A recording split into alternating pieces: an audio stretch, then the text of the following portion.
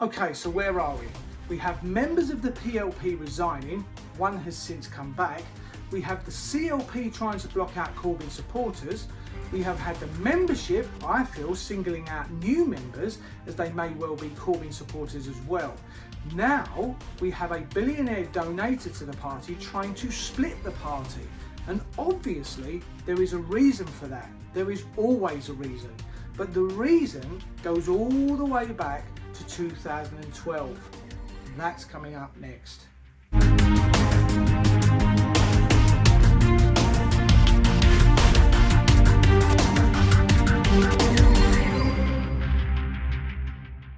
A manufacturing magnate of a marine company has called on the rebel MPs that have been jumping ship on Labour to form their own party and completely abandon Jeremy Corbyn, and they've kind of done that already. I actually thought we had a Conservative party that is and does try to swindle the British public out of most things, but obviously somebody out there thinks there's room for another. Assem Allam is the man in question. He actually told the Times newspaper that he would offer a cash incentive to any of the MPs in the party who want to break away and set up their own party. Let's just say they did, and it was completely funded by the wealth of Assem Allam. It could be considered he would own that party. He could and probably would be able to buy the politicians into doing anything and getting anything passed that he seemed fit. That is not a party I, for one, would like to see on the political circuit, whether I voted for them or not. But he has ruled out providing financial backing to Owen Smith. But why? He could be deemed as a rebel MP. He is trying to get Jeremy Corbyn out, isn't he? Well, some of his policies are the same as Corbyn's. It doesn't matter if he stole some of them ideas, but they are the same.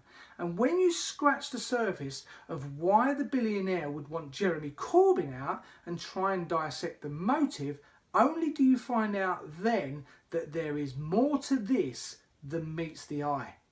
Allam made the same offer just after Corbyn's election as leader in September, and the rebel MPs, as we all know, wanted him out then. I'm guessing because even back then he was going against the parliamentary grain. But the MPs that he made the offer to said to him at least wait a year. They said back then that they agree with him, that he will never win an election. They wanted to leave it a year as they don't want to rock the boat. Fast forward a year to now, and not only do they rock the boat, but they rock the proverbial ocean. We all know what Jeremy Corbyn's policies on social housing and trying to regulate private rent are.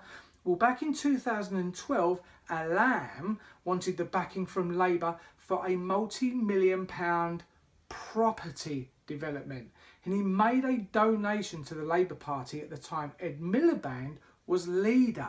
That amount, well, it was £100,000. And then lo and behold, a mere 4 weeks later, Miliband was a guest of honour at the Hull City Football Club owned by Allam. He was supposed to be at an NHS rally. He had said that he was too ill to attend that rally, but 2 hours later, he was at the match. But guess what? Hull City Council said at the time they knew nothing about an NHS rally.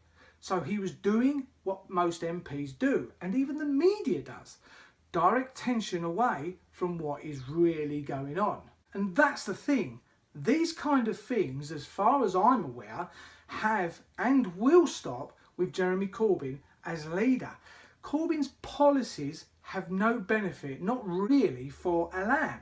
But it may, I also add, that Allam also said that he planned to give a large sum to the Tories as well. Now, hang on, you're either a Labour man or a Tory man. What is it? At the time, he was battling with Hull City Council because they refused to sell him the freehold for the KC Stadium. Looks good, doesn't it? Being in the company of a politician of Ed Miliband's standing at that time.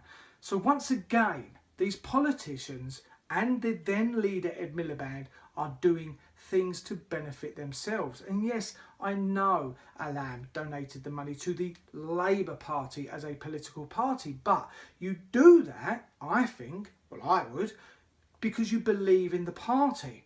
So yet again, we have someone, albeit an outside force, trying to get Corbyn out. Michael Foster, millionaire showbiz agent, tried last week with the court case to get Corbyn off the ballot, and that didn't work either. Someone comes along with a substantially bigger bank account and he still can't do it. The Labour Party, in my opinion, is a working class, grassroots party as declared by most of the unions. It was in 1900 when it was founded by Keir Hardie, and is now, even as far to say that one of the first legislations passed was the Wheatley Housing Act, which started with a building programme of 500,000 homes for rental to working class families. Corbyn wants to implement the same sort of idea. No buying off MPs, no scratch my back and I'll scratch yours. A cabinet for the people, placing as many people as possible on a level peg.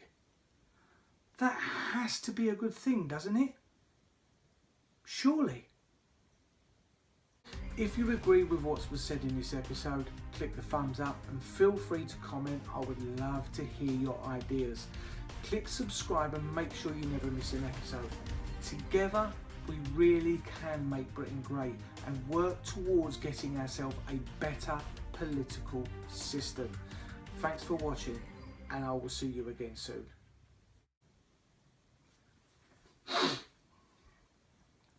Assem Allam.